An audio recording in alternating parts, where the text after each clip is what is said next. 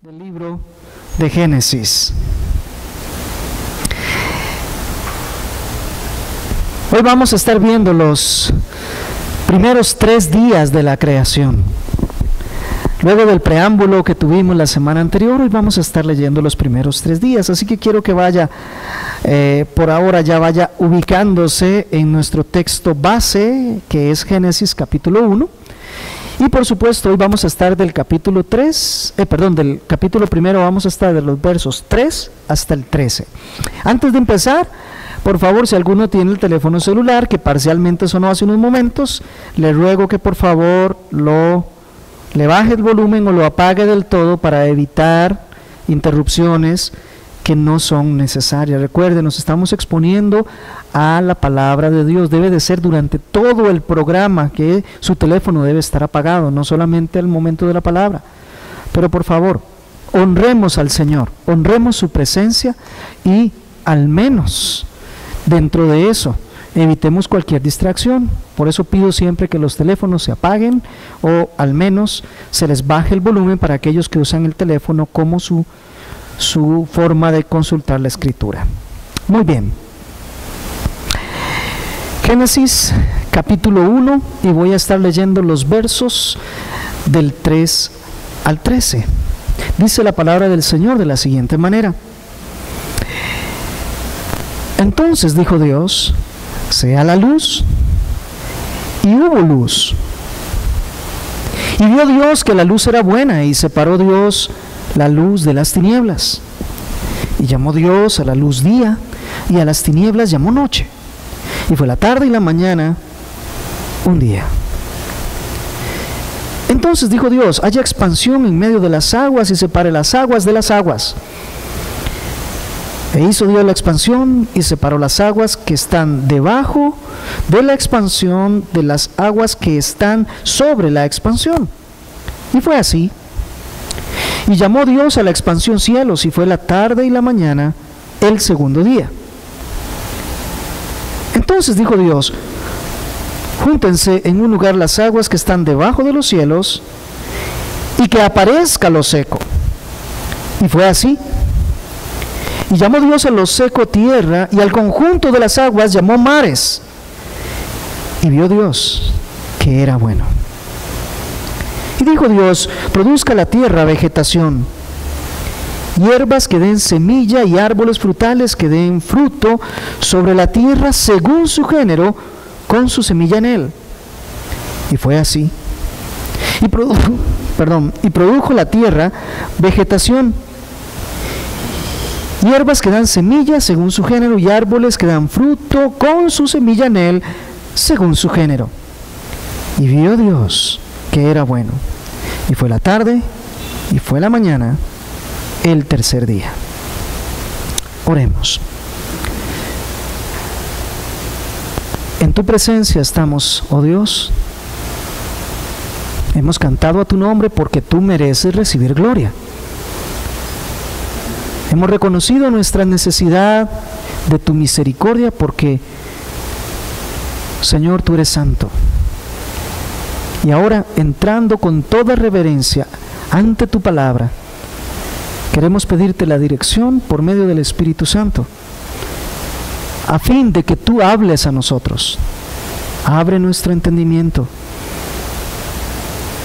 alerta nuestro corazón, para que entendamos y amemos lo que estamos entendiendo. Tu palabra es perfecta, ella es la verdad y ella es la que transforma, es la que tú utilizas para nosotros. En este momento, Señor, pedimos que tú nos guíes. No es un ejercicio humano el alcanzar el entender lo que has dicho. Es un ejercicio que tú haces. Pero te pedimos en esta hora que nos asistas entonces en ello. Así oramos. En el nombre de Jesús. Amén y amén. Les digo, el tema de esta predicación es los primeros 3 días. Estamos dentro del gran tema general de el origen de todas las cosas. Y La semana anterior estuvimos viendo la declaración con que el Señor inicia su palabra. ¿Recuerdan? En el principio creó Dios los cielos y la tierra estaba sin orden y vacía. Y las tinieblas cubrían la superficie del abismo, y el Espíritu de Dios se movía sobre la superficie de las aguas. Es una declaración sencilla, aunque compleja a la vez, pero diáfana. Dice lo que quiere decir. Ahora nos va a pasar a brindar una explicación un poco más detallada del proceso de los próximos 6 días en que Dios creó los cielos y la tierra. ¿Y cómo lo hizo? ¿Cuál fue ese plan y ese propósito? En la creación de los cielos y la tierra nosotros encontramos el poder de Dios, encontramos su sabiduría, encontramos que Él es Dios único. Y eso es lo que nos dice Pablo en la carta a los Romanos capítulo 1 y verso 20. Su gran poder, su deidad, para nosotros invisibles, se hacen claramente palpables a través de todo lo que ha sido creado. Moisés escribió este libro y todo el Pentateuco durante aquel periodo de tiempo en que el pueblo estuvo viajando por el desierto 40 años. Encontramos toda la narración a partir del libro de Éxodo. Y es muy probable que este libro de Génesis haya sido leído y haya sido expuesto por el mismo Moisés a todo el pueblo en aquel momento tan especial cuando ellos estaban a punto de entrar a la tierra prometida. Históricamente nos ubicamos al inicio del libro de Deuteronomio, cuando el pueblo se estaba preparando para cruzar el Jordán e ir a tomar la tierra prometida, comenzando por Jericó.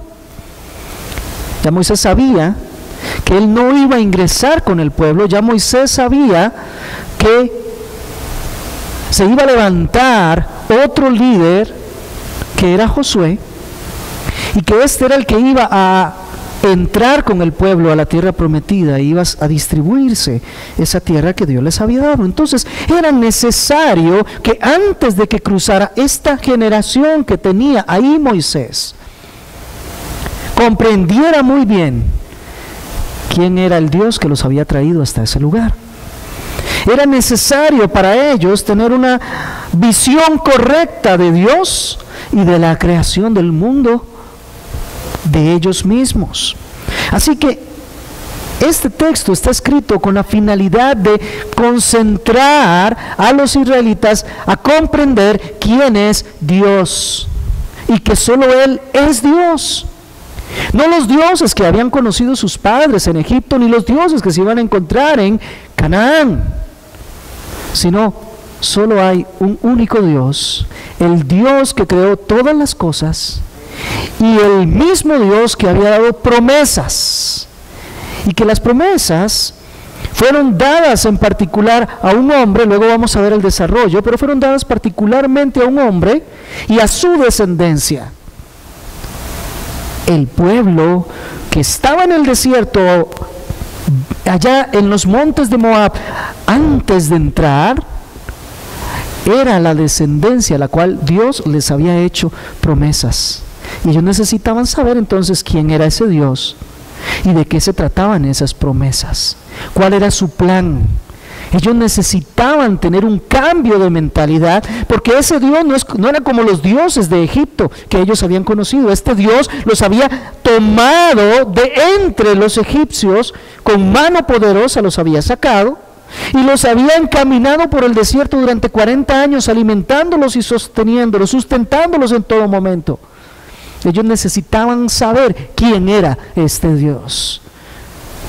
Y se escribe el libro de Génesis para que el pueblo supiera quién era este Dios. Ahora, cuando leemos, en el principio creó Dios los cielos y la tierra, y la tierra estaba sin orden y vacía, no tenía forma, algunos se cuestionan por qué Dios no hizo todas las cosas de una vez ordenadas y de una vez completas. Quiero decirte que la Escritura no nos responde por qué Dios escogió hacer las cosas de esa manera. Pero en su soberana voluntad, Él determinó ir haciendo las cosas en proceso, en orden, para mostrarse Él mismo un Dios de orden, un Dios de procesos, un Dios que va creando las cosas con el transcurso del tiempo.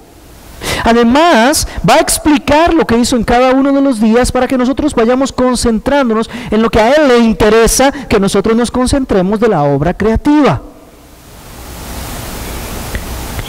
Lo hizo en periodos de tiempo para que nosotros pudiésemos ir estudiando uno a uno y pudiésemos ir comprendiendo.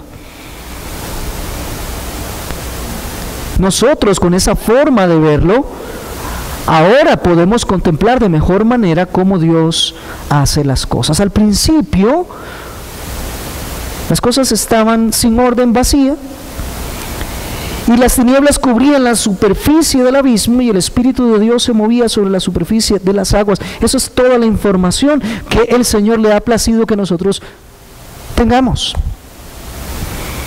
Y estuvimos viendo la semana anterior que estas cosas fueron la voluntad de Dios. Ahora, ya con esto el Señor ha puesto algunas bases que nosotros tenemos que recordar para lo que vamos a estar estudiando hoy.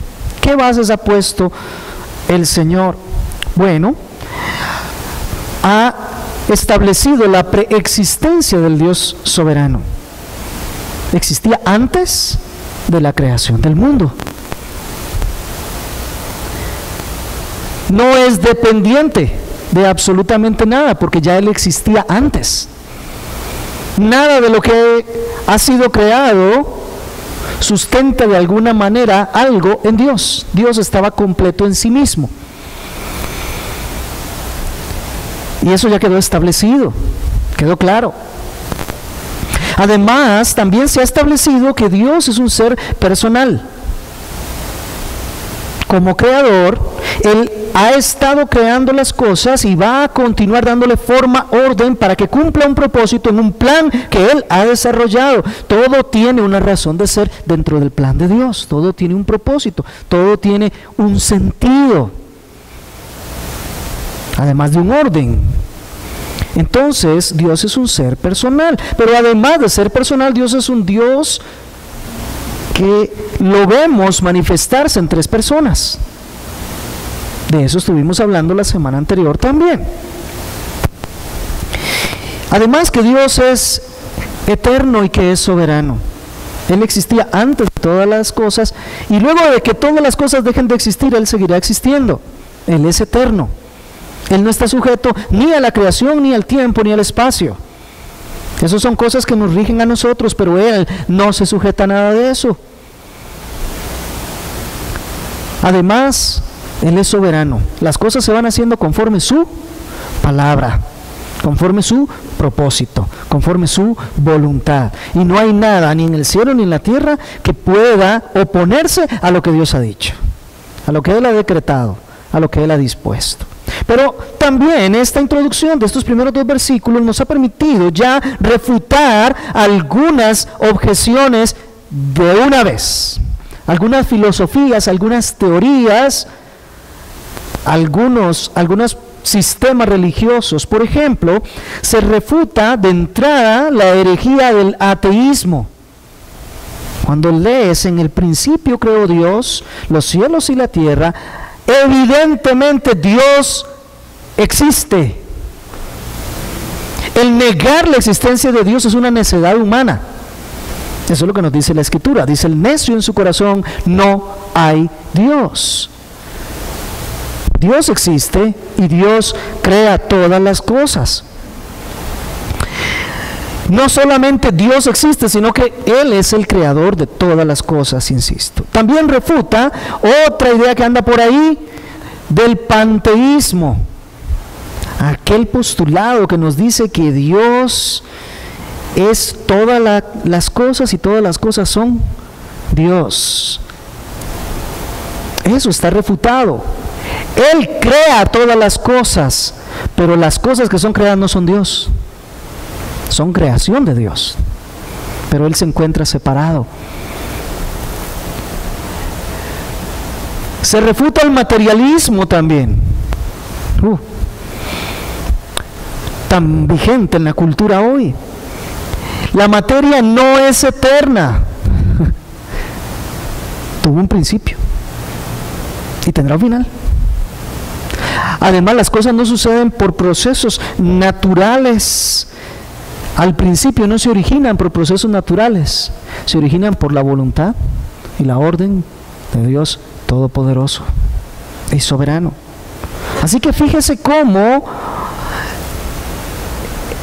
estos primeros versículos nos permiten ya empezar a refutar un montón de teorías con las cuales son atacados hoy los creyentes. Por supuesto, refuta el evolucionismo y centra y sustenta el creacionismo. Dios creó.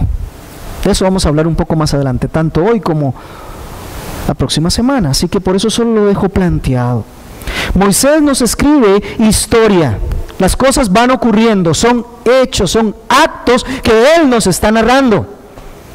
Él nos escribe historia, no mitos, no leyendas, no alegorías, como si habían muchas alrededor en Oriente. Él nos está escribiendo historia, como alguien que está viendo los hechos de la creación, los orígenes, y entonces la está transmitiendo. Además, Él no escribe en calidad de científico. Él no empieza con tecnicismos a explicar científicamente todas las cosas. Él escribe como alguien que está observando y de manera sencilla escribe lo que está observando. Sobre todo porque su audiencia precisamente somos todos nosotros. A larga distancia, su primera audiencia eran los propios judíos que estaban ahí. Gente sencilla, que necesitaba simplemente entender quién era ese Dios. Entonces Él está escribiendo no desde una posición de científico, sino desde la posición de una persona común que observa los actos creadores de Dios y los narra. Escribe de manera sencilla, pero no por ello profundo. Deja de ser profundo. No escondió enigmas ahí detrás de lo que está escribiendo para que nosotros busquemos algún significado y derivemos alguna alegoría o alguna tesis detrás de lo que ahí está escrito. Él escribió lo que quiso escribir, lo que quería comunicar, todo por la inspiración de Dios, claro, pero no es un libro de enigmas. Aquí no hay cosas ocultas. Y el relato que Él nos escribe es un relato muy bien estructurado, bien estudiado.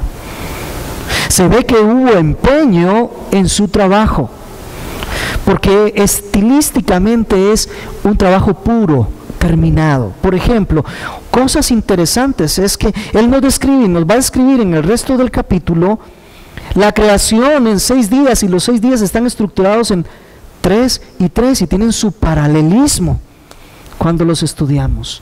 Eso no es producto de la casualidad, eso es producto del estudio, del trabajo, de la orden que Dios le da y que Él estructura estas cosas de manera correcta. Ahora sí, con estas cosas vamos a entrar a ver cómo Dios formó los cielos y la tierra. Ya sabemos que primero los hizo y todo estaba mezclado. ¿Sí? En el principio creó Dios los cielos y la tierra no tenía un orden y estaba vacía. Los cielos y la tierra estaba todo mezclado. Era una masa sin forma. Ahora Dios va a empezar estableciendo 3 esferas en donde Él va a realizar su obra: los cielos, la tierra y las aguas.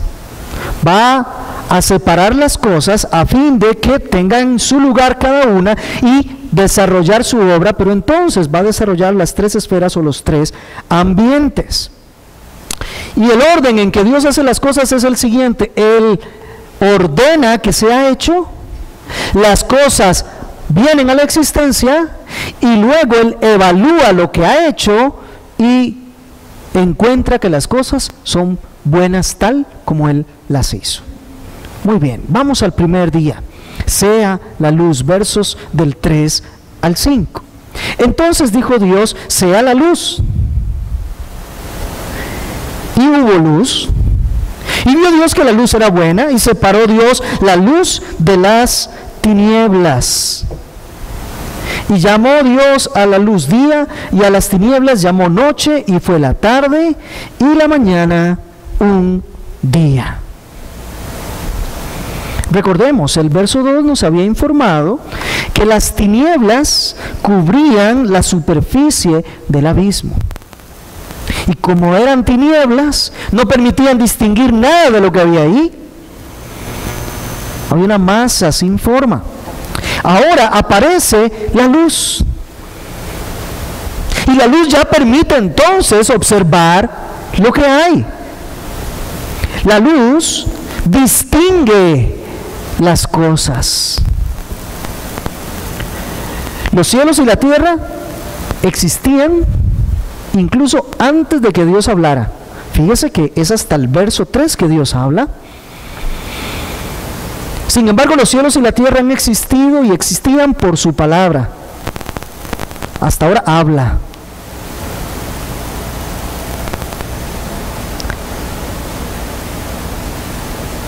El Nuevo Testamento insiste en que todo existe por la palabra de Dios.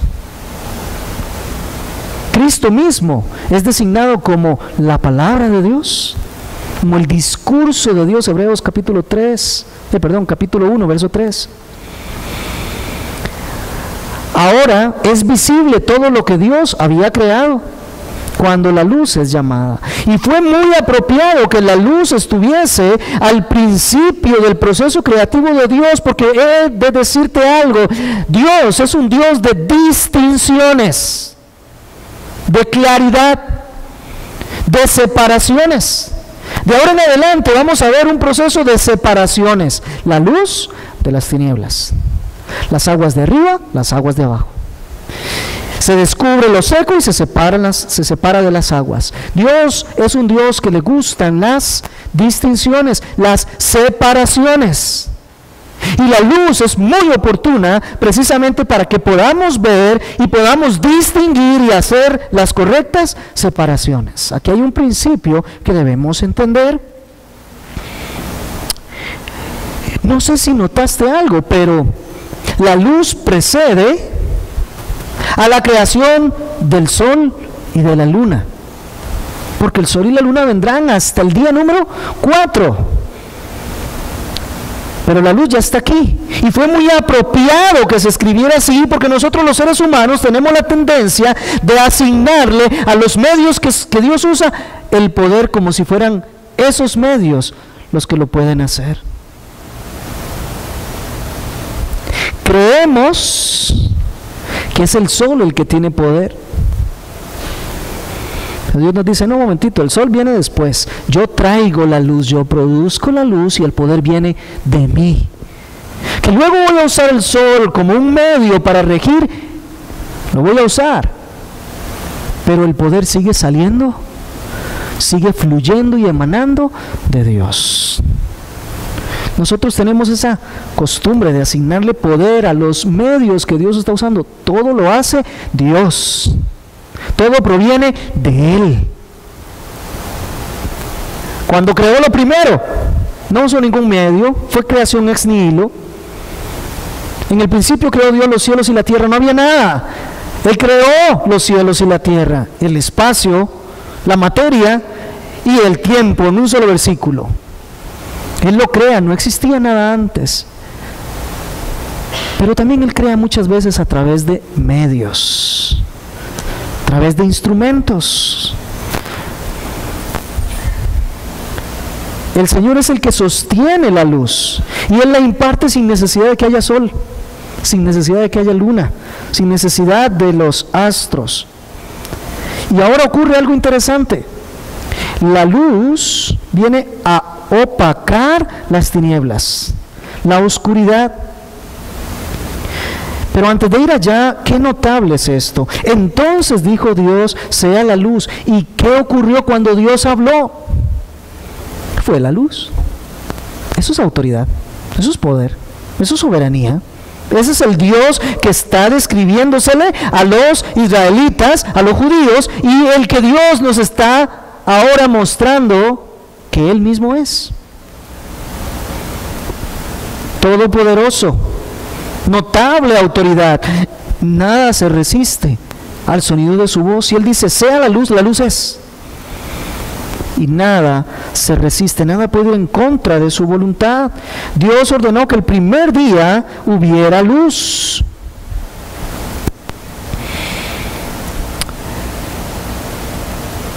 Y esto de que la luz no proviene de los astros, sino que proviene de Dios. Mire, nos lo dice el evangelista Juan en el capítulo 1 y los versos 4 y 5. Nos informa que de el ser divino, en este caso de Jesucristo, proviene la luz. Él es la luz. El Salmo 104, verso 2, nos dice que Dios se cubre de luz como su vestidura. Apocalipsis nos describe a Cristo el Señor refulgente. Él que se le presentó a Pablo en el camino a Damasco como una luz brillante. Apocalipsis capítulo 22, verso 5 nos habla de la nueva ciudad que no necesita sol porque Dios mismo la ilumina.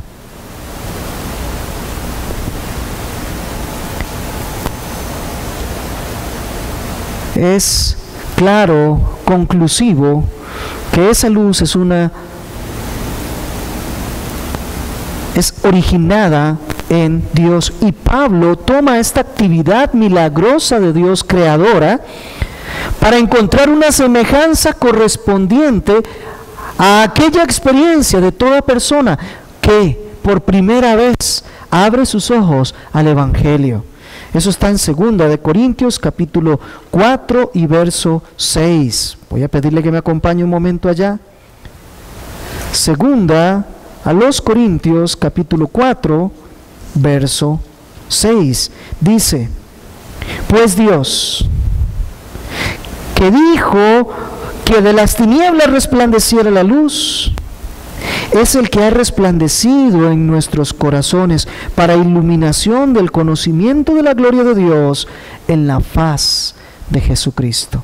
Note cómo Pablo dice: Dios, que de las tinieblas hizo resplandecer la luz. Él está haciendo referencia al acto creador de Dios de Génesis 1:3. Y dice, de la misma manera, Él es el que ha hecho resplandecer la luz de Cristo en nuestros corazones. El mismo evangelista Juan, pero esta vez en la carta primera, capítulo 5 y verso 10, dice que nosotros debemos de andar en luz ahora que somos creyentes. Debemos de andar en la luz. En la Biblia la luz siempre se refiere a Cristo, a su palabra, a la santidad, al buen camino, y la oscuridad, por el contrario, se refiere al pecado, a las malas obras, a la impiedad, finalmente a la muerte. Entonces, he aquí este principio. La luz proviene de Dios y además tiene una calidad. Verso 4, y vio Dios que la luz era buena. Mire qué evaluación hace Dios. ¿Viste el orden? Dios ordena, las cosas se crean y Dios las evalúa. Y Dios dice, y la luz era buena, y además de eso, separó Dios la luz de las tinieblas. Desde el primer día Dios está estableciendo un principio de separación.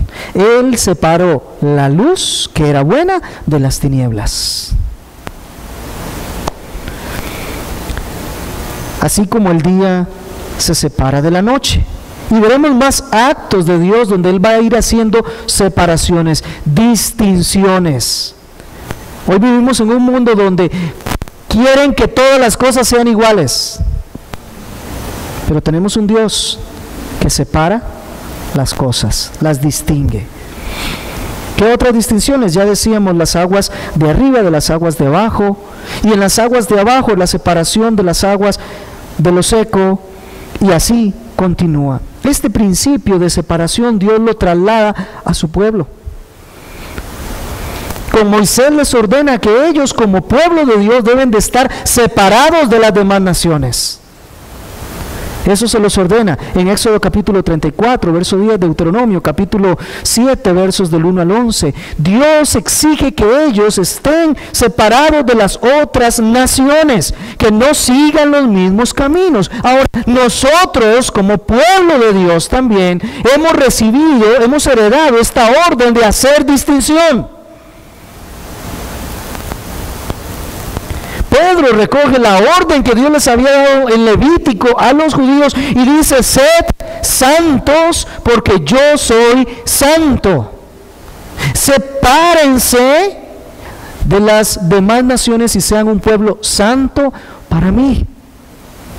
Hay un principio de distinción. No debemos caminar con los rebeldes, no debemos de contaminarnos con los impíos, debemos de permanecer santos y fieles al Señor, independientemente del lugar en donde estemos viviendo, de las condiciones en que estemos viviendo. Dios exige una conducta de vida santa, separada de los demás. Es la misma regla para nosotros.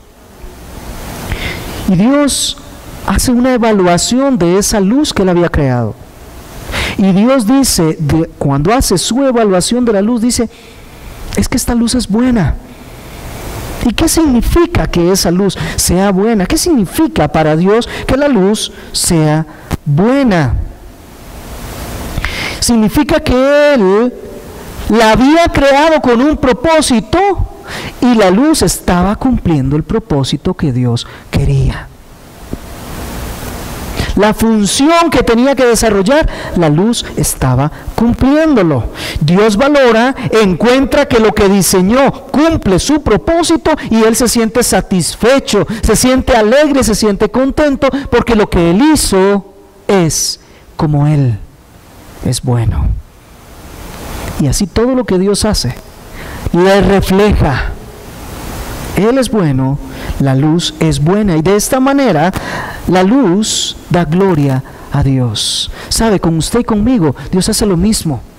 Una vez que hemos venido a Cristo, Él nos volvió a crear, somos nueva criatura. Y ahora Él ha empezado una obra que en nosotros es buena, no por nosotros, sino a pesar de nosotros, una obra que es buena porque Él la está desarrollando, y todo lo que Él hace cumple sus mismas características.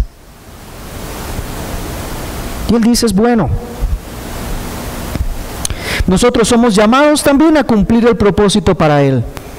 Somos llamados también a vivir para su gloria. Somos llamados también a cumplir nuestra función. Y cuando lo hacemos, le estamos dando a Él la gloria. Y mire lo que pasa en el verso 5. Y llamó Dios a la luz día, y a las tinieblas llamó noche, y fue la tarde y la mañana un día. Qué interesante. Hay un ciclo: tinieblas, luz, tinieblas, luz, tinieblas, luz. Un ciclo que claramente nos está dando a entender que ya la tierra para ese momento está rotando sobre sí misma. El Señor está otorgando la luz en esta porción y la tierra ya está rotando sobre sí misma.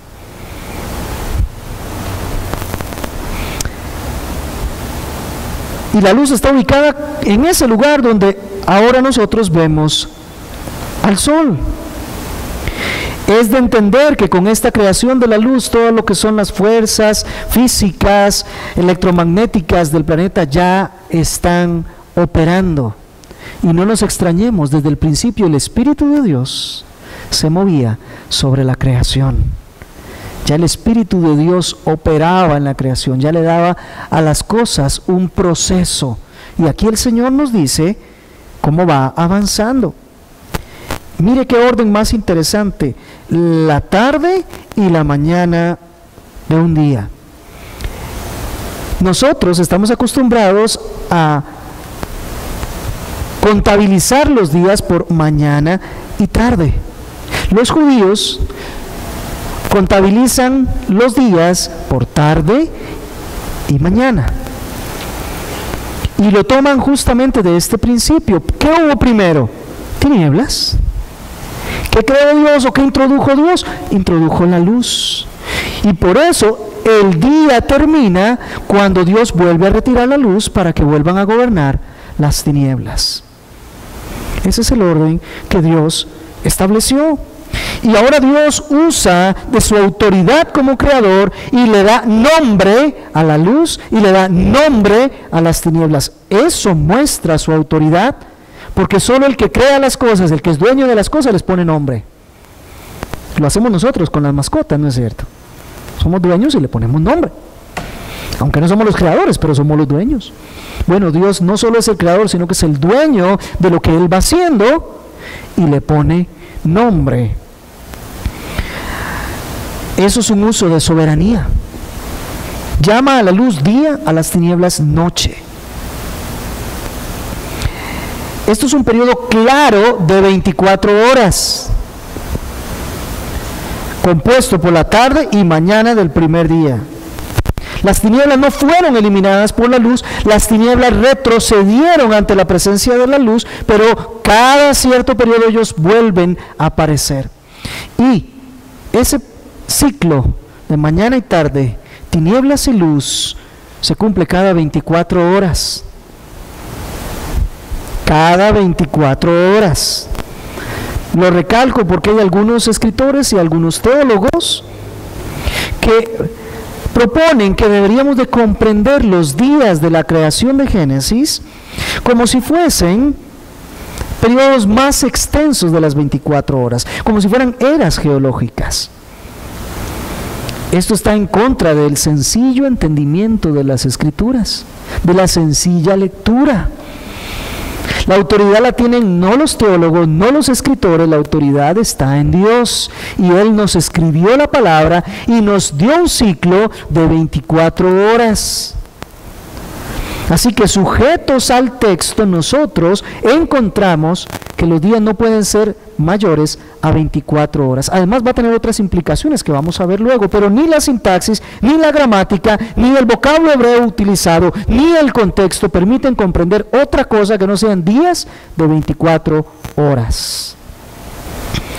Los demás aspectos de la creación nos dirigen a esto. Por ejemplo, en el cuarto de estos periodos, el Señor creó las grandes lumbreras y la lumbrera mayor para gobernar durante la luz y la lumbrera menor para gobernar durante las tinieblas. Son las mismas 24 horas.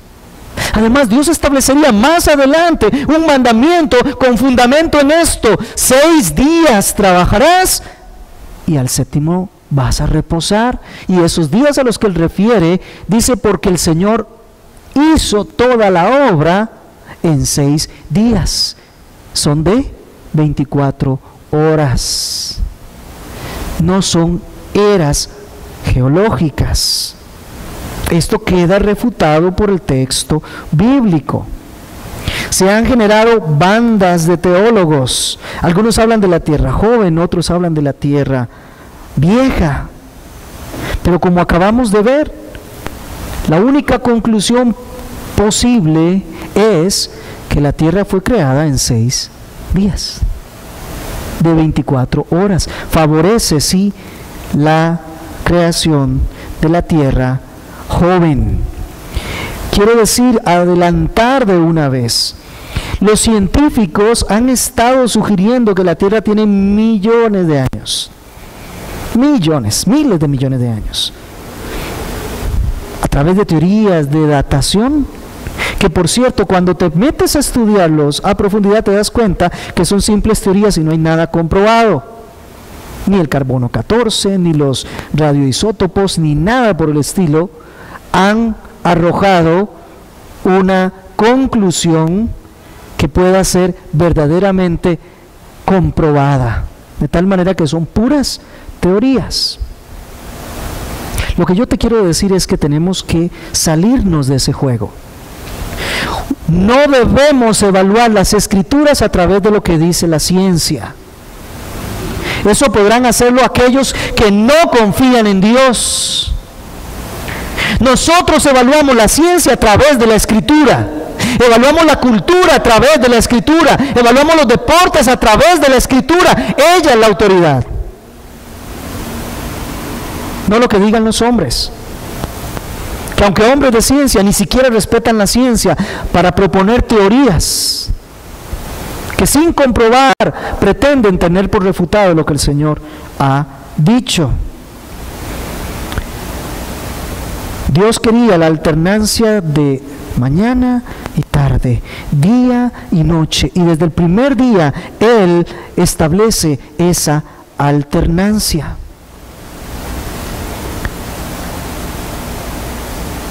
Dios quiso tomar 6 días para adaptar sus obras, a fin de que nuestra capacidad de entendimiento pudiera ir tomándolo de cada día. Y qué bueno que lo hizo así en favor de nosotros. Ahora, leamos qué pasó en el segundo día. Versos del 6 al 8. Dice: entonces dijo Dios: haya expansión en medio de las aguas y separe las aguas de las aguas.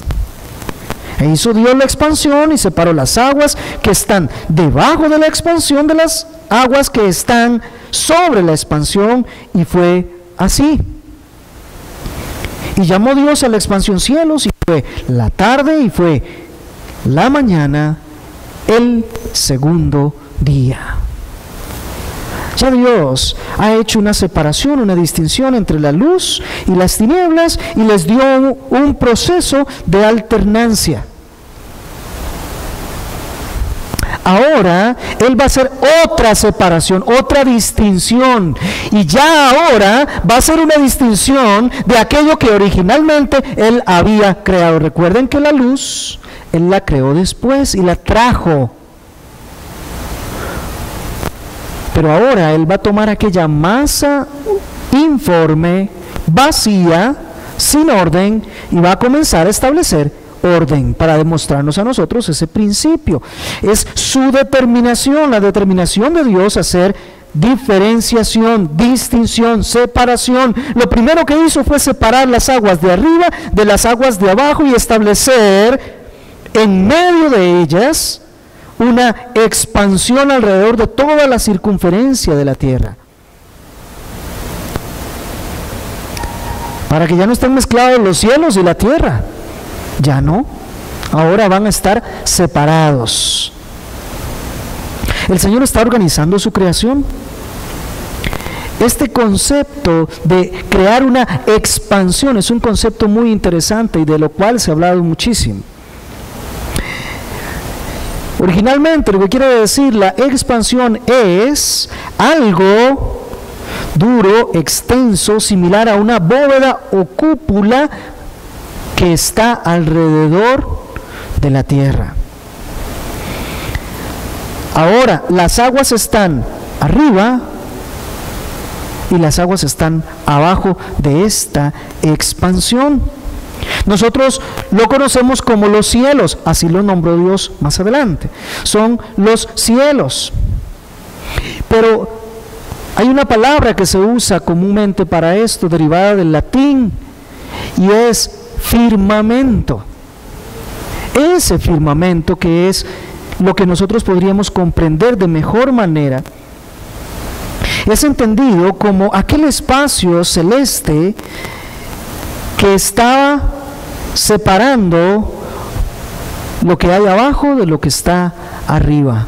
Ahí vemos las nubes, ahí vemos donde están colocados los astros, ahí vemos estas cosas que están en el cielo, y este es el espacio donde nosotros ubicamos la atmósfera que nos permite respirar, de las aguas que están abajo.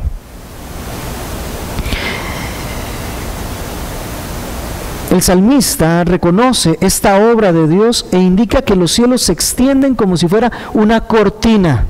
Salmo 104, verso 2, como que Dios la extiende como si fuese una cortina, ¿verdad? Y ahora por primera vez se separa aquella masa original que estaba confusa. Verso 7 nos dice: e hizo Dios la expansión y separó las aguas que estaban debajo de la expansión de las aguas que estaban sobre la expansión, y nuevamente un ejercicio de autoridad de Dios, y fue así.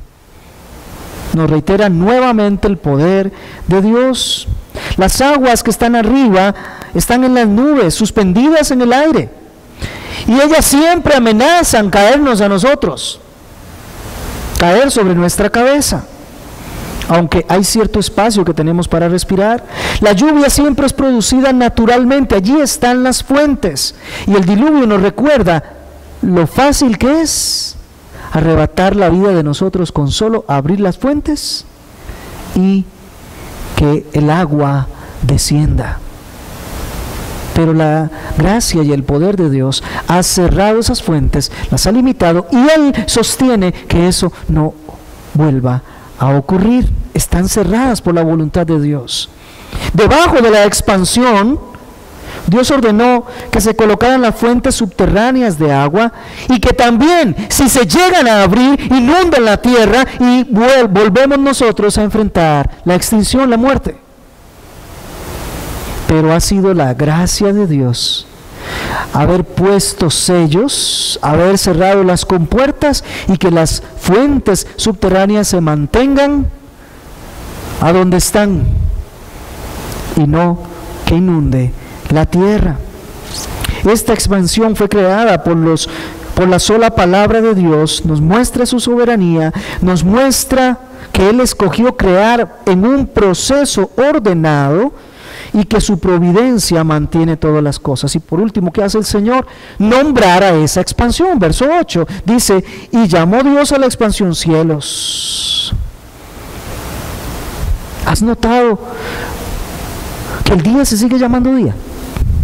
Y la noche se sigue llamando noche, y la tierra se sigue llamando tierra, y el agua se sigue llamando agua, y los cielos se siguen llamando cielos. Todo le pertenece a Él. Él es el dueño.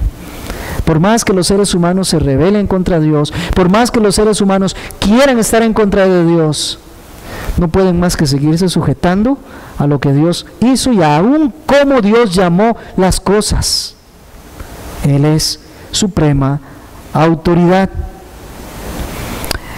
El Salmo 147, versos 4 y 5 nos dice que Dios hizo todo este firmamento, todos estos cielos, con entendimiento y para mostrar su infinito poder. Y vamos al tercer día. El tercer día nos narra cómo Dios juntó las aguas y descubrió lo seco. Nótese cómo Dios habla y ordena la separación de las aguas y la aparición de lo seco. Verso 9. Entonces dijo Dios: júntense en un lugar las aguas que están debajo de los cielos, y aparezca lo seco. Y de inmediato, y fue así. Nada se opone a la palabra de Dios, todo estaba mezclado. Y ahora tenemos los cielos en medio de las aguas que están arriba y de las aguas que están abajo. Ya hubo separación.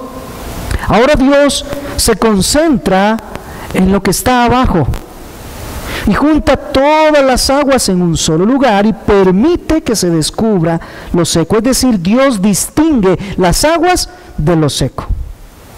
Las aguas van a estar en un lugar y se va a descubrir lo seco. Mire, los vecinos paganos de Israel, los cananitas, los babilonios, todos estos tenían diferentes clases de mitos y leyendas de cómo se formó la tierra.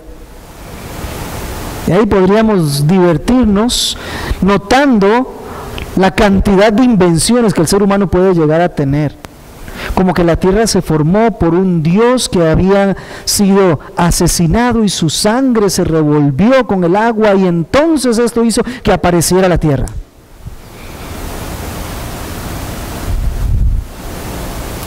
Amados hermanos, Moisés está dejándonos claro que la separación de las aguas respecto de lo seco fue una orden dada por Dios.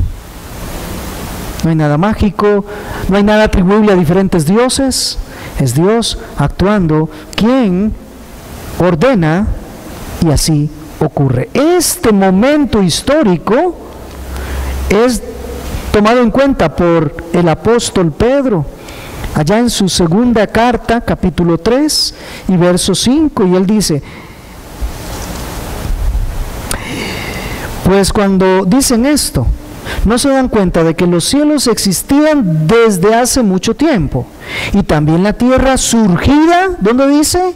Del agua y establecida entre las aguas, y aquí nos dice el motivo, la causa eficiente, por la palabra de Dios. ¿Se da cuenta? Los escritores del Nuevo Testamento entendían que lo que Moisés había escrito es historia, está narrando lo que ocurrió, no son mitos, no son leyendas fantasiosas, nos están dando la razón, la forma en que Dios crea las cosas.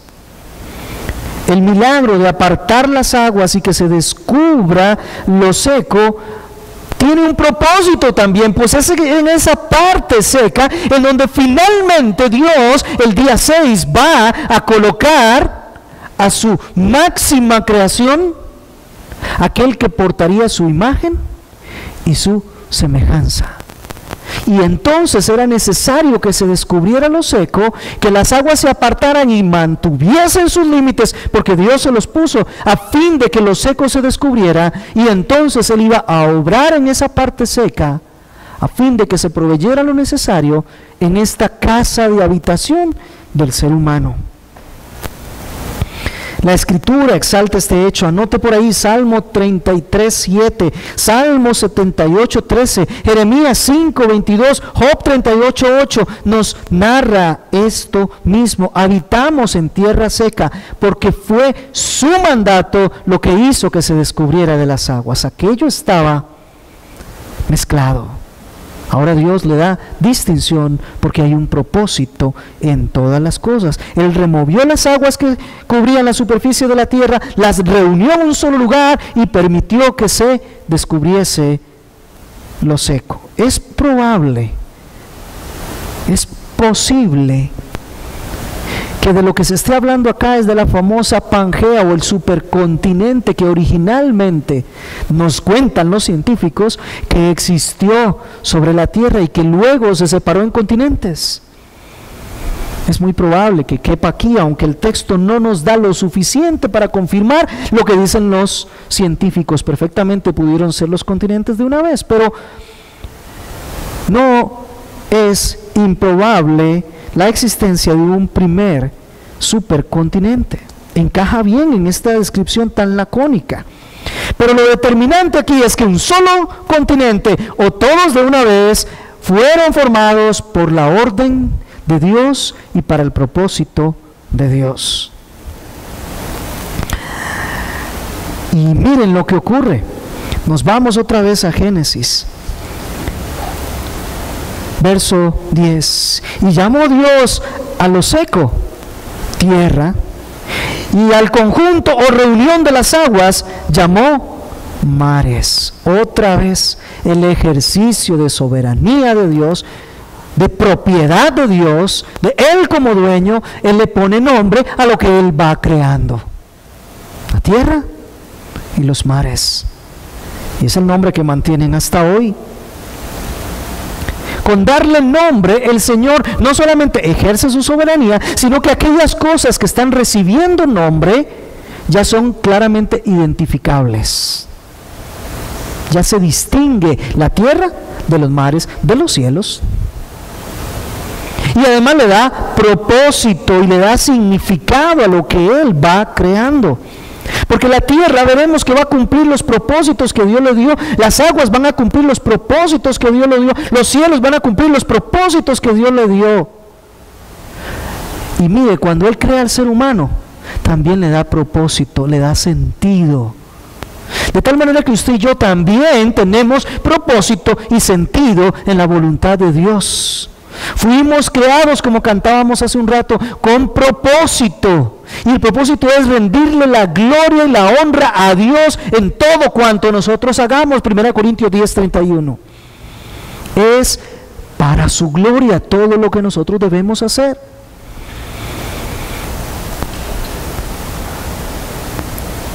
Y ahora escuchamos por primera vez que es bueno algo que Dios había hecho y separó. Fíjese, verso 10. Y vio Dios que era bueno. Era bueno que se separaran las aguas y se mantuvieran juntas, reunidas, y surgiera la tierra, y que así se mantuviese. Y Dios ve que eso es bueno. Otra vez les recuerdo, bueno en el sentido de que cumple el propósito de Dios, bueno en el sentido de que va a funcionar dentro del plan de Dios, bueno en el sentido de que proviene de Dios y todo lo que Él hace, lo hace con propósito, con sentido, y todo es bueno. Es la evaluación de Dios, de tal manera que cuando usted ve las aguas, ve los cielos y ve la tierra, usted debe de recordar que Dios los creó con propósito, y que todo eso se ve tan hermoso y tan perfecto porque está reflejando al Dios que tenemos, que es hermoso y que es perfecto.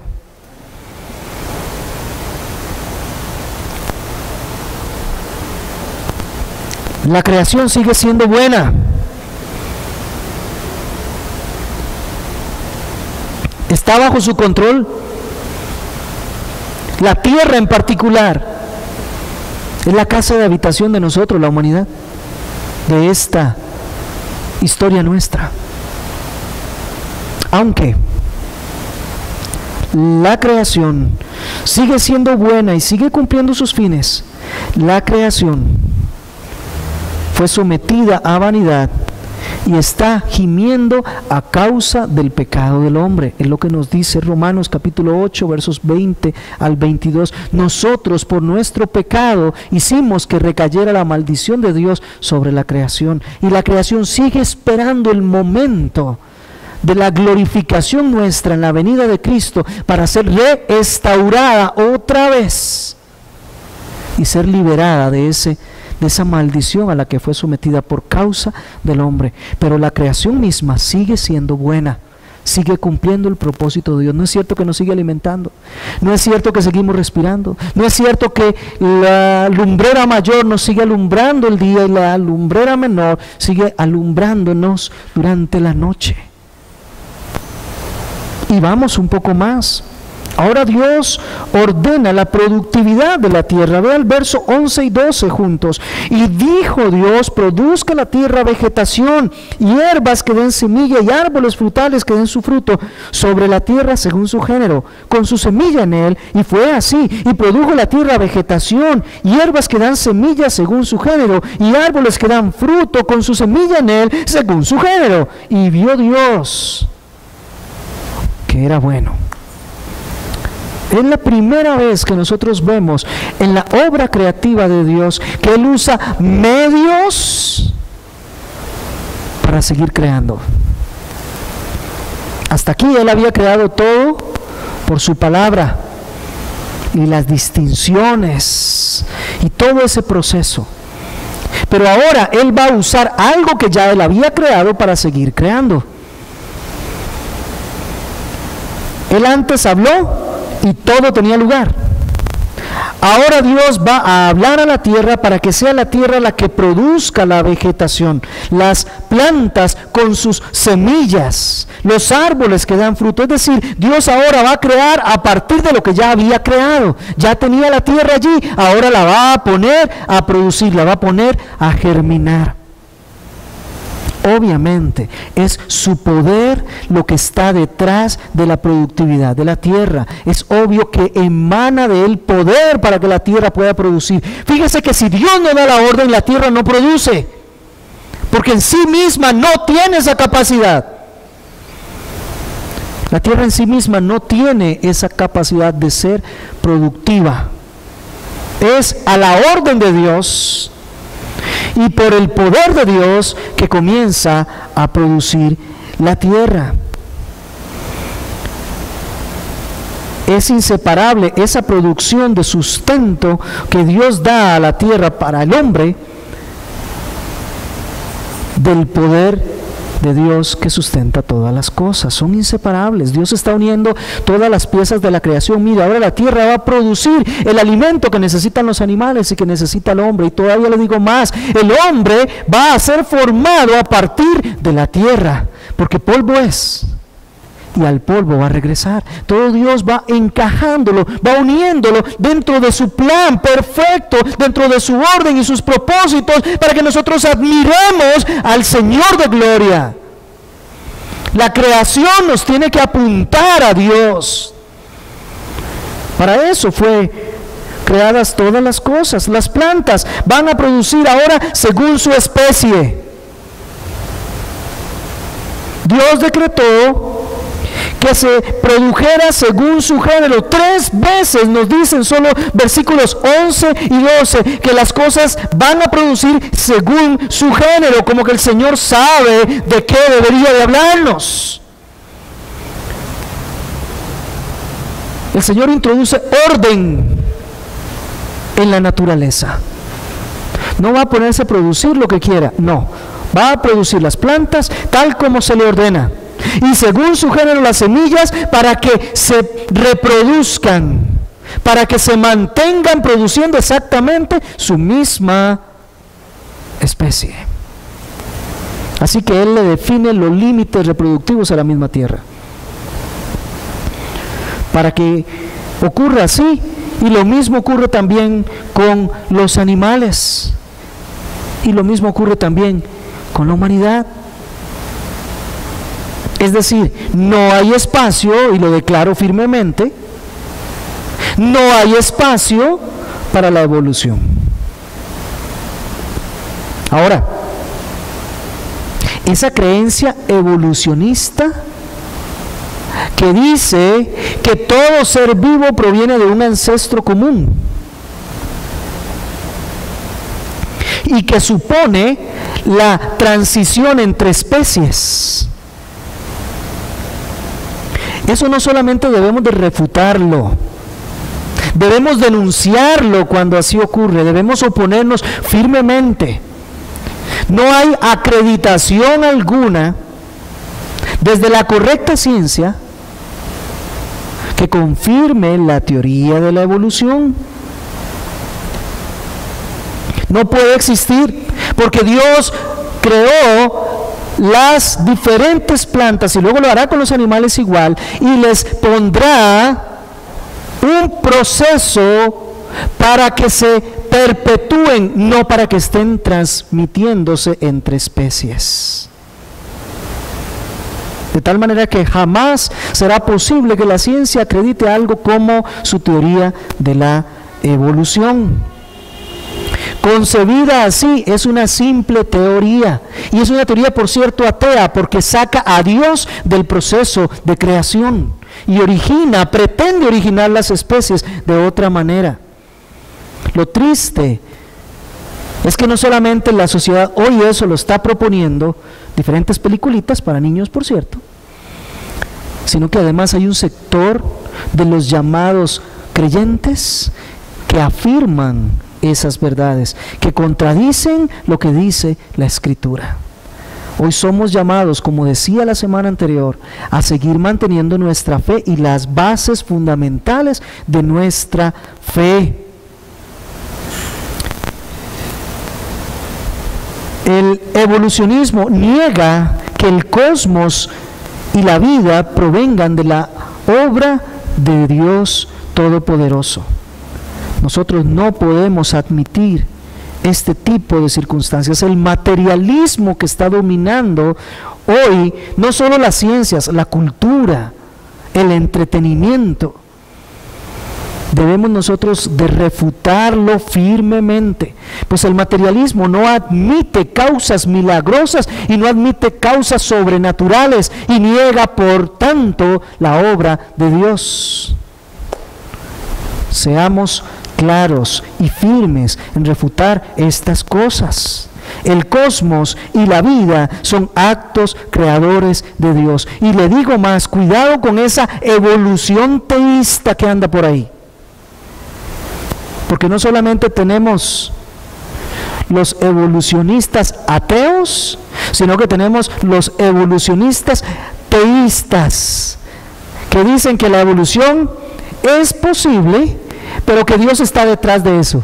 Y lo ponen ahí como una carta que se saca debajo de la mesa para ponerlo ahí. De ninguna manera caigamos en esas teorías, por favor, comprendamos. La negación de la obra creadora de Dios es negar a Dios mismo. Y nosotros más bien nos plegamos a Dios, nosotros más bien nos sometemos a Dios y confiamos en su obra creadora. Mire, las teorías humanas son de diferente linaje.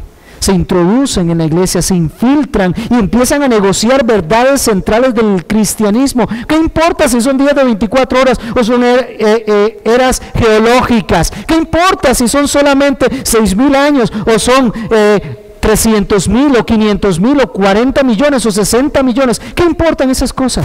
¿Sabe qué es lo que importa? Que empiezan a minar nuestra fe en diferentes puntos. Y comienzan a quitarte esto, quitarte lo otro, y quitarte lo otro, y quitarte lo otro. Y lo que están haciendo es quitándote el fundamento de la fe. Eso es lo que está viviendo la iglesia hoy en día. Y por no levantar la voz, y por no mantenernos firmes, nosotros estamos quedando como débiles. Como que ya no hay sabiduría en nosotros, como que no hay razón en nosotros. Y la Escritura nos demanda que nosotros más bien debemos de dar razón de nuestras creencias y nuestra fe.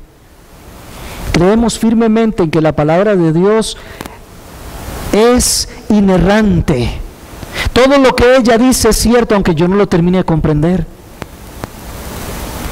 Y debemos de mantenernos firmes en tal y como Dios nos ha venido declarando las cosas. Precisamente Moisés tuvo que hacer esto para redirigir el entendimiento y la cosmovisión del pueblo de Dios. Hoy nosotros estamos aquí para redirigir nuestra cosmovisión también y poder centrarnos en Dios como corresponde.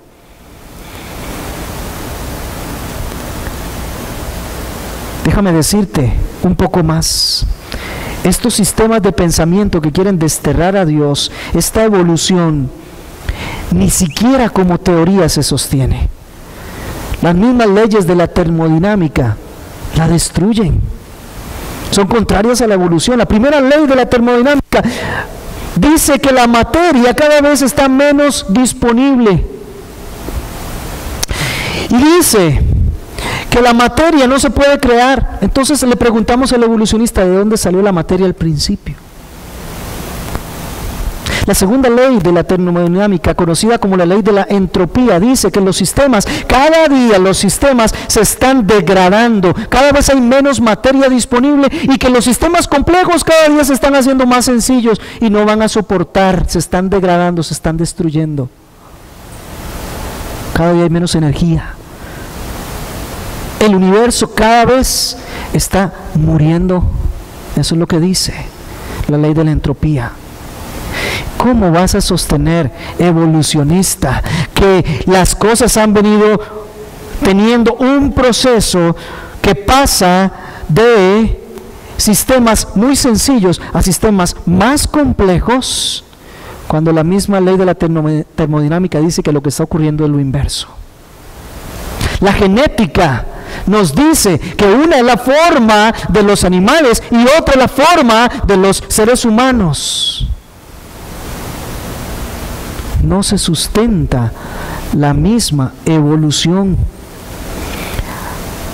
Así que no caigamos en esas ideas por más que las venden. Ahora, quiero decirte algo. Si el concepto de evolución que manejan o que tú manejas es que las especies han ido adaptándose al medio con pequeñas variaciones que a lo largo del tiempo van modificando características que ya existían en la especie, pero que se van adaptando al medio, o lo que se llama microevolución, déjame decirte que tenemos exactamente la misma creencia.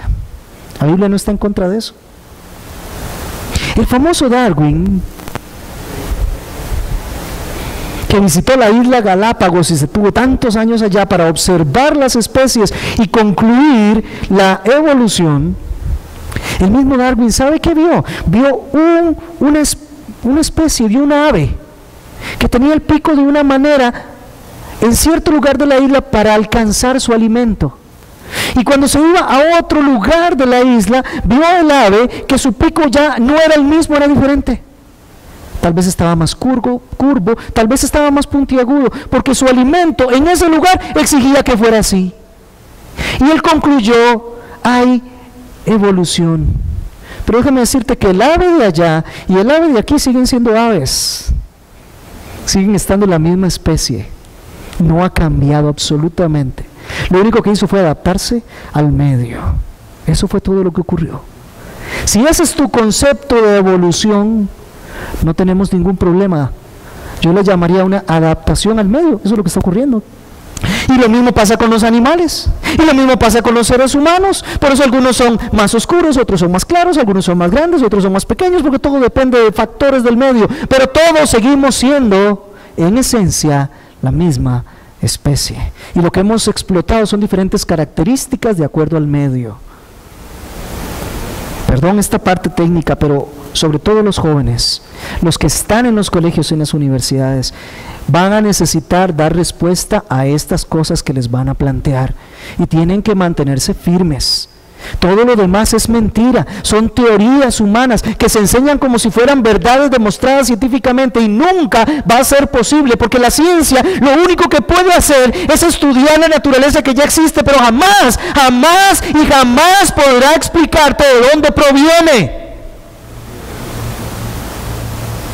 Eso escapa a la ciencia, eso es metafísica, ni siquiera puede ser estudiado. Eso está descrito única y exclusivamente en el libro de Génesis, porque Dios quiso que nosotros conociéramos esto, para depositar nuestra fe y nuestra confianza solamente en Él.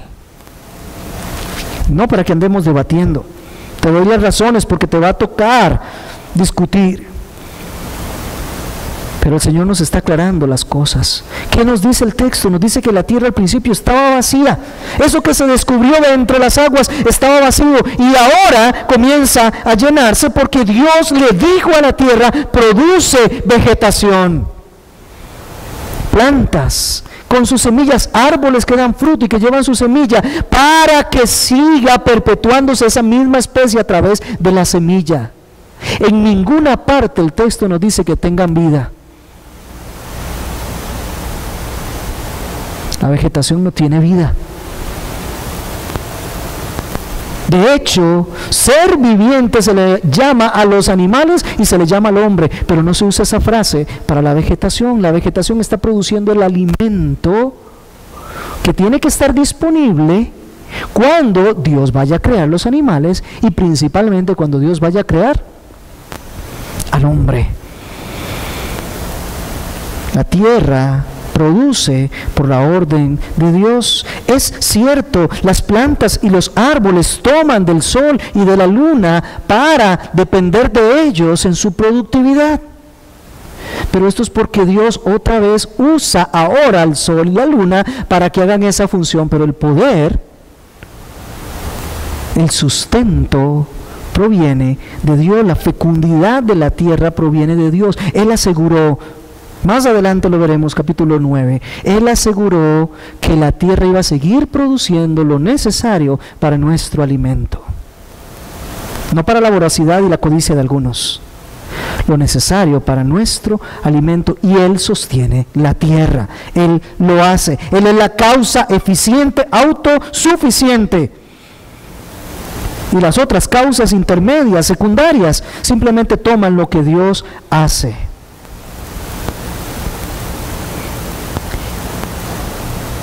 Y ocurre así. Verso 12, y produjo la tierra vegetación, hierbas que dan semillas según su género, y árboles que dan fruto con su semilla en él, otra vez según su género. Mire cómo Dios insiste, según su género, no hay transferencias. Y hay una conclusión de Dios. Y vio Dios otra vez que era bueno. ¿Sabe? Dios puso la tierra a producir esa vegetación, esas plantas, esos árboles, esos frutos, pensando en que en el día 6 iba a ubicar a su máxima creación ahí en la tierra y necesitaba ese sustento, esos alimentos. Así que cuando Dios evalúa lo que ha producido la tierra, Dios dice, esto es bueno, va a cumplir el propósito, esto está en excelencia. Y nótese, la tierra está produciendo sin que haya sol. Produce porque es la luz de Dios, porque es el favor de Dios, porque es Dios quien la pone a producir. Él ha provisto el hábitat para los animales, para el hombre. Y con la majestad que nosotros vemos en la naturaleza vegetal, los diferentes componentes, plantas, colores, formas, tamaños, sabores de frutos, podemos encontrar la infinita sabiduría y la inteligencia de Dios. Debemos de pensar en ello en cada momento. Y es por esto que le damos gracias a Dios cada vez que vamos a sentarnos a comer nuestros alimentos, porque sabemos que Él fue el que puso a la tierra a producir para que nosotros pudiéramos comer. Fue su decreto y ya está disponible entonces todo según su plan, según lo que Él ha determinado. Voy a dividir mis conclusiones gracias a algunas observaciones que me hacen. Primero voy a hablar de las conclusiones que extraemos del texto y que son propias para ese pueblo de Israel que está próximo a entrar a la tierra prometida y que necesita saber quién es ese Dios a la hora de entrar. Y luego finalmente voy a ir a unas conclusiones para nosotros, prácticas. Primero, solo existe un único Dios, creador de todo lo que existe y sustentador de la vida. Los egipcios creían en diferentes dioses, el Nilo, algunos animales, el sol, el dios Ra. Aquí le queda claro a los israelitas que es Dios quien creó el sol, el Nilo, quien creó los animales, que ellos no son dioses, solo Él es Dios. Segundo, Dios es un Dios de orden. A Él le gustan las distinciones, las separaciones. Una cosa son la luz y otra son las tinieblas. Una cosa son las aguas arriba y otras son las aguas abajo. Una cosa son las aguas y otra cosa es la tierra. Y en la tierra todo lo que produce las plantas, cada una es conforme su género. Él es un Dios de distinciones, de separaciones. No se deben de mezclar las cosas. Y eso aplica como principio para nosotros también, por cierto. No debemos mezclar la mentira con la verdad, la ficción con lo que Dios ha dicho, su autoridad con el halo de cierta libertad que yo tengo. No debemos de mezclar la vida, la muerte, el bien ni el mal. Les recuerdo lo que dice Isaías capítulo 5, verso 20. Hay de los que a lo bueno llaman malo y a lo malo llaman bueno. Cosas no se mezclan. Lo que está separado, está separado. Tercero, Dios está separado de la creación. La creación no es Dios. Dios no es la creación. La creación no es una emanación de Dios como los orientales lo creen, como los hindúes lo creen. No. Dios está separado de la creación. La creación es el producto de la obra de Dios, pero no es Dios en sí mismo. No tenemos una madre tierra, no. Tenemos un Padre en los cielos. Él está separado. Los cielos, los astros, la tierra, las aguas, las plantas, los animales, el hombre, todo ello es creación de Dios, pero nada de ello es Dios. Cuarto, Dios tiene el control sobre toda la creación. Todo lo que ocurre, Él lo controla. Todo. Quinto, Dios escogió hacer las cosas en 6 días para beneficio de nosotros, para enseñarnos una lección o varias a nosotros, de que Él es un Dios de orden, que las cosas se hacen bajo un proceso y que tenemos 6 días para trabajar y 1 para concentrarnos en Dios. Ahora sí, 3 aplicaciones para nosotros.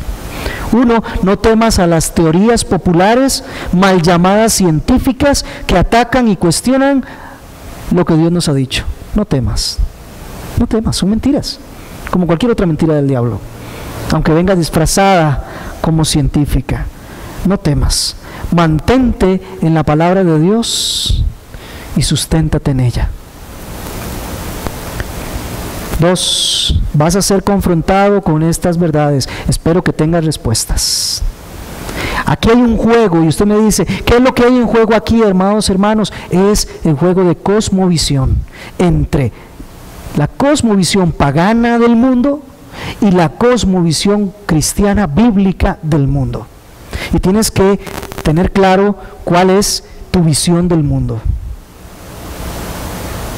Tienes que tenerlo claro en tu mente. La cosmovisión bíblica es la única verdadera porque viene del Dios vivo y verdadero que creó todas las cosas, que puso distinción en ellas y puso propósito en ellas. La visión pagana del mundo te dice que no hay propósito, que no se sabe el origen, que no se tiene razón de las cosas, que todo es igual, que Dios es en todo y todo es en Dios. El Señor dice en su palabra que Él es el único Dios vivo y verdadero, que Él creó todas las cosas, que les dio propósito y que todo debe rendirle a Él la gloria. Y que ese es tu propósito aquí en la tierra. Finalmente, Dios es soberano y es su voluntad lo que siempre se cumple, lo que se ejecuta. Sometámonos a su autoridad, humillémonos delante de Él. Eso es lo que nos corresponde. Veamos la creación, veamos toda esa grandeza y majestad y entendamos quién es Dios y humillémonos bajo su poderosa mano. Sometámonos a su voluntad, sigamos sus condiciones, disfrutemos de su bondad y vivamos para su gloria. Voy a pedirle que incline su cabeza y cierre sus ojos por unos momentos. Medite en lo que hemos recibido de parte de Dios y ruega al Espíritu Santo que estas verdades sean el fundamento de su fe.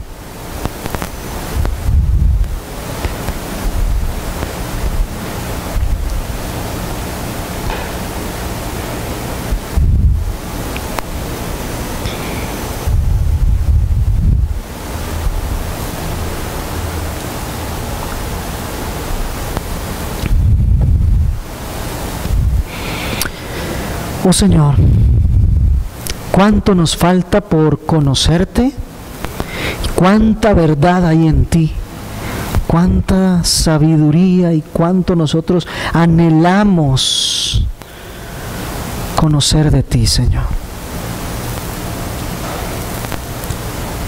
Nos encanta que nos des razones y que nuestra mente esté clara, pero todavía nuestra necesidad más profunda y es de tener esta relación contigo, conforme tú eres, conforme nosotros debemos de ser. Que no estudiemos la creación y el origen de las cosas para tener argumentos con que rebatir a los demás.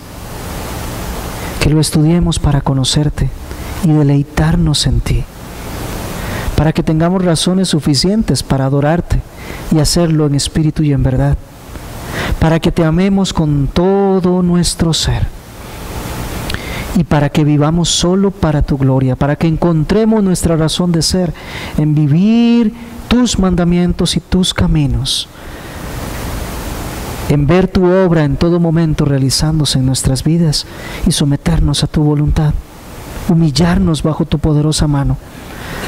Señor, ayúdanos a que esto sea el fundamento para nuestras vidas y cuando debamos dar razón, recordemos que no se trata de ganar argumentos, se trata de dar razones y tú harás el resto. A ti te damos la gloria y la honra, y gracias por permitirnos someternos a tu verdad. Oramos en tu nombre.